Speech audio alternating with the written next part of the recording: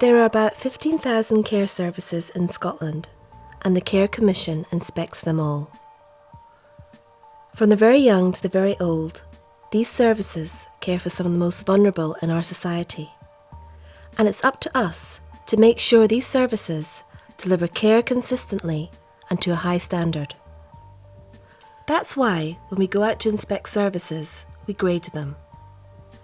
We publish these grades in our inspection reports on our website so that people can see at a glance how well services are performing against the national care standards.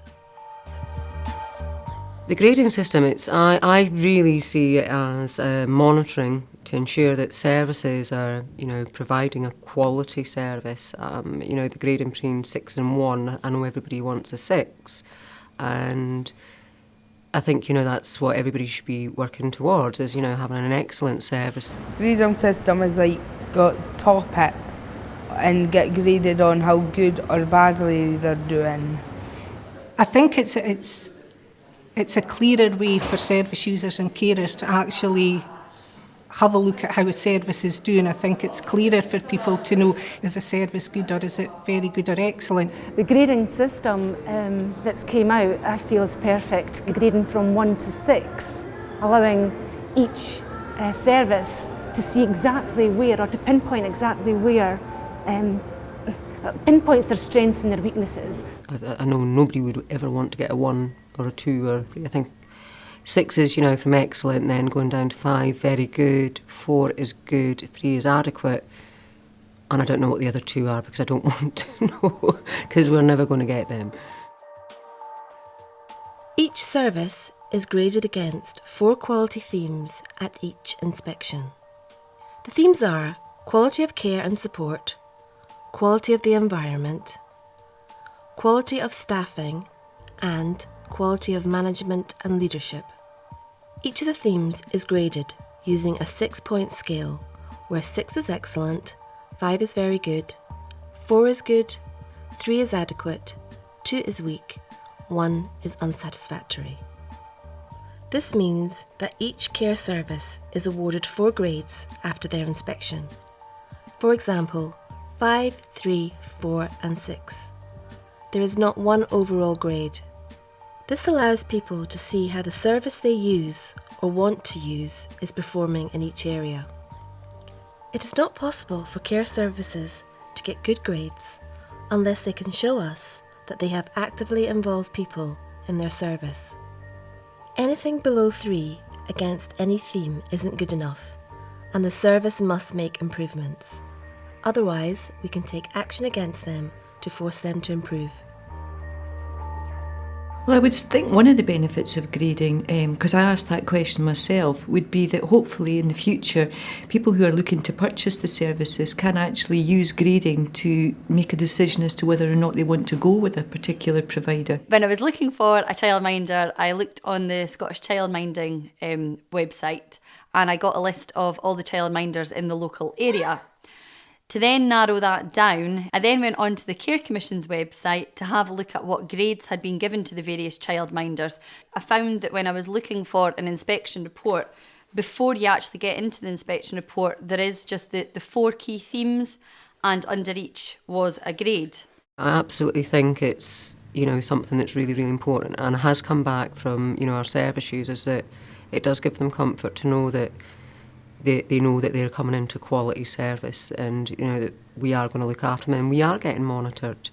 I feel that it would be good because it shows the homes if they need to improve anything for better quality of care and all that. And I think the grading system is a good way on, if you've got a new childminder coming in who's maybe sitting at 3 or 4, it's a good incentive for the childminder to boost next year. I want to get this grade. I think that if a childminder or another service provider was to be given a lower grade, the results of that would mean that they could easily identify where they needed to improve to go up a grade. And it would also motivate them to do so, because at the end of the day, a service user or a parent like myself is not going to use a service that is not performing. I like the way the grading's done. Because I think it's very easy to go online to look at a grading paper. It's very easily explained on the Care Commission website, how the grading is done. Whether a service is good or poor is now much more clear to see under the grading scheme. There is also more information about the service in the inspection reports on our website. People choosing services have a clearer idea of the quality of the services available. Because grades for each quality theme are published at each inspection, all services are under more pressure to improve. And most importantly, it responds to the needs of people who use services, their families and carers, who felt that care services should be graded. I think grading will help services improve in a number of different ways. It will improve the involvement of parents and carers and service users. I think there's a range of ways that services can involve service users, and I think it's really important that people don't think that there's just one set way of doing that, because all services are different and all service users are different, so they need to tailor their methods to meet their service users' needs. The ways that we involve the individuals in the care that we provide, it's about, they plan their path, they plan their personal journey. A path is your dream, what you want to do in life. We work with them just in enhancing that and, bringing more things in for them to choose which options they want to add into their path. I think it's important within a service that we consult with service users. We need to find out what they expect from a service, what they want, and particularly what they need from a service. So we have regular service users meetings. These are held every month over the course of 5 days, and this allows everybody to attend if they want to. We've also set up a service users committee, which means the service users have control of the meeting. They actually chair them. The only support we tend to give is maybe the minute taking.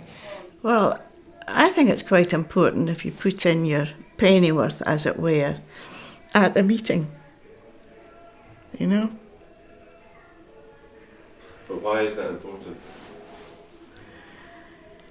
Because it lets them understand probably more quickly what they can do if there's any adjusting needing done. It's important to be able to talk openly with other staff. If, say for instance, I didn't know how to communicate to the staff and the staff didn't know how to communicate to me, we'd just get nowhere. It's about encouraging people to speak up for themselves, for them to find their voice and to be able to say what works for them, what they feel makes their happiness, improves their well-being. They are the leading force in their support package. For you to sit down and speak to a person like that, you've got to tell them the truth and tell them what's the problem and what's the matter, or what is the main problem, you know what I mean? And they'll try and help you out. Some services have trained service users to be involved in interview panels and things like that, or to be involved in staff training or training for other services. So there's a whole range of different ways that people could involve service users in the service. If this level of involvement is there, it's definitely going to help the services, because then each service then will know then exactly what they need to provide for each individual that's coming in. When I got my inspection done, and I did my newsletter for parents, and one of the things I put in the newsletter was that I wouldn't have got the grading that I got had it not been for the feedback and the support that I get from them. They provided a lot of feedback in the diaries, which was used as evidence. They provided excellent feedback in the questionnaire forms that Care Commission put out, prior to your inspection. And if it wasn't for that, that's the big part of your inspection. If someone was looking for a childminder or another service, I would say for them to look at the Care Commission's website and look at what grade has been given to the service. From there, you can then determine whether you want to go on and read the report, which will give you more information to make an informed choice. For me, the grading is, is probably like a cinema guide.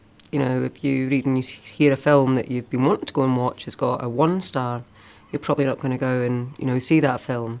If you know it's got a 5 star, you're probably going to see that film because it's been reviewed by somebody else. And I think, that's why the grading does work very well. It's about identifying good practice. We want our inspections to be more targeted and to focus more on people who use care services, their families and their carers.